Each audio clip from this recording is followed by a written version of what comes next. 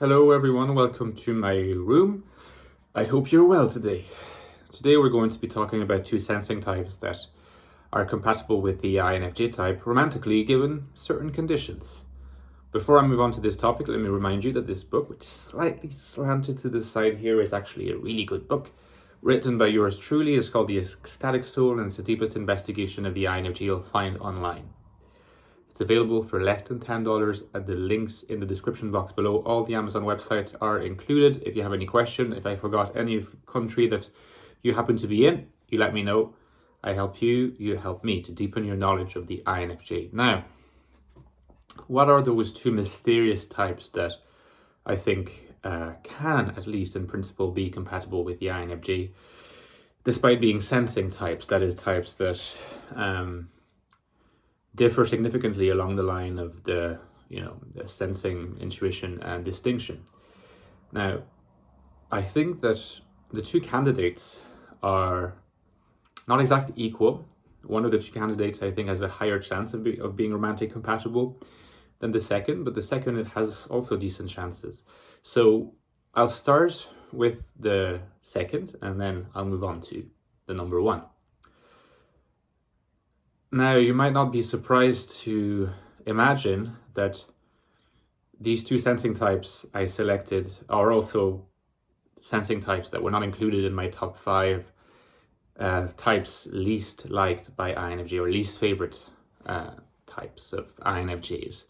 I mean, it makes sense. It might be a bit contradictory or bad explanation if I did include a type from that ranking, but I did not. So the first type that I want to talk about is the Isfp type. Now, the Isfp type is obviously a type that's quite different from the INFJ. It's Fi dominant, so that presents a challenge. But at the same time, it also presents an opportunity for growth.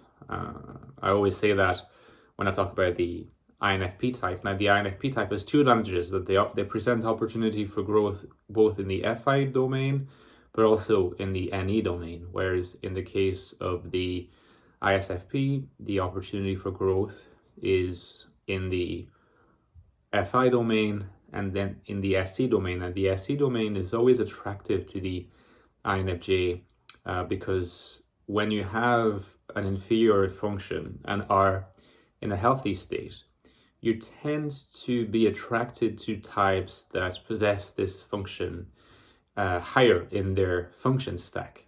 And I have to specify when you are in a healthy state, but because as Jung has already clarified in some of his works, when you're not in a healthy state, regardless of your type, the tendency is to neglect your inferior function, to be ashamed of your inferior function, to see it almost as an enemy that ought to be suppressed.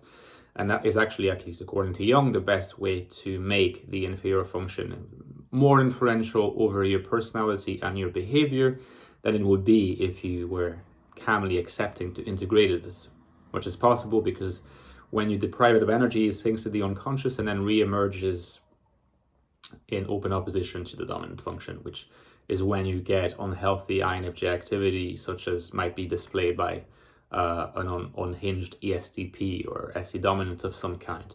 But let's assume that the INFJ is healthy, and they will tend to be attracted to types with high TI and high SE. And the Isfp tends to have very good SE, which is increased by the deep sense of personality and individuality that the SE is colored with through Fi. There is also, on the condition that the Isfp has good intuition, has a solid tertiary function, there's also a possibility for a meeting of the minds there, although the meeting of the mind might not take place necessarily completely at the level of argumentation, at the level of verbal communication, but also through enjoyment of visual aesthetics, things like that are more in tune with the Isfp's approach to appreciating things through intuition and sensing. And like I said, Fi always a challenge for the INFJ, but also simultaneously a source of growth. It's important for the INFJ to learn not to be too much or too easily swayed by the perceived needs of the tribe that may sometimes influence their opinions and the decisions they make to large an extent, such that they become in the terminology of my book, evasive INFJs, that is INFJs that are not willing to face up to the reality of their intuitions and the need to clarify their intuitions for themselves and others. The oblivion of NI in favor of FE is a phenomenon that is quite common among INFJs, makes them look sometimes like FE dominance, and is a source of existential unfulfillment. So to be exposed to FI and its tendency towards independence can be very good. Now, what I think is an even more compatible type with INFJ romantically is a type that has some functions in common with ISFP, and is the ISTP. It's interesting because when I was making my ranking of the least favorite types of the INFJ, and I said before, I recorded that video a number of times, and at one point I had included the ISTP, and then I realized also through talking to various people that that was a strange choice. And then I reflected on it, and I realized I have no real reason for including it in that list. And I thought about it more and more, and I realized, if you leave aside unhealthy ISTPs, maybe the ISTPs we see in fiction sometimes, who are like type 8 ISTPs, that might not be compatible with INFJs. There's lots of ISTPs that maybe are like, Enneagram like 9 with an 8 wing, or Enneagram 5 type ISTPs. So ISTPs whose TI would be quite developed. Now that's always a source of attraction for INFJs, because they love the idea that their intuitions are going to be parsed by the power of TI. It's also why INFJs are even more attracted to INTPs, because then you have the NE that also helps the whole process. But ISTPs offer the advantage of also having SE, so they have TI and SE high up, which means that that's going to be attractive to the INFJ according to the logic that I was saying earlier, and they have NI, which if developed to a sufficient extent, will also allow for a level of intuitive understanding. That last condition, I would say, is that the ISTP has inferior FE in a relatively acknowledged state. Just like INFJs may be tempted to ignore the demands of SE and to repress it, ISTPs may very well end up repressing their FE.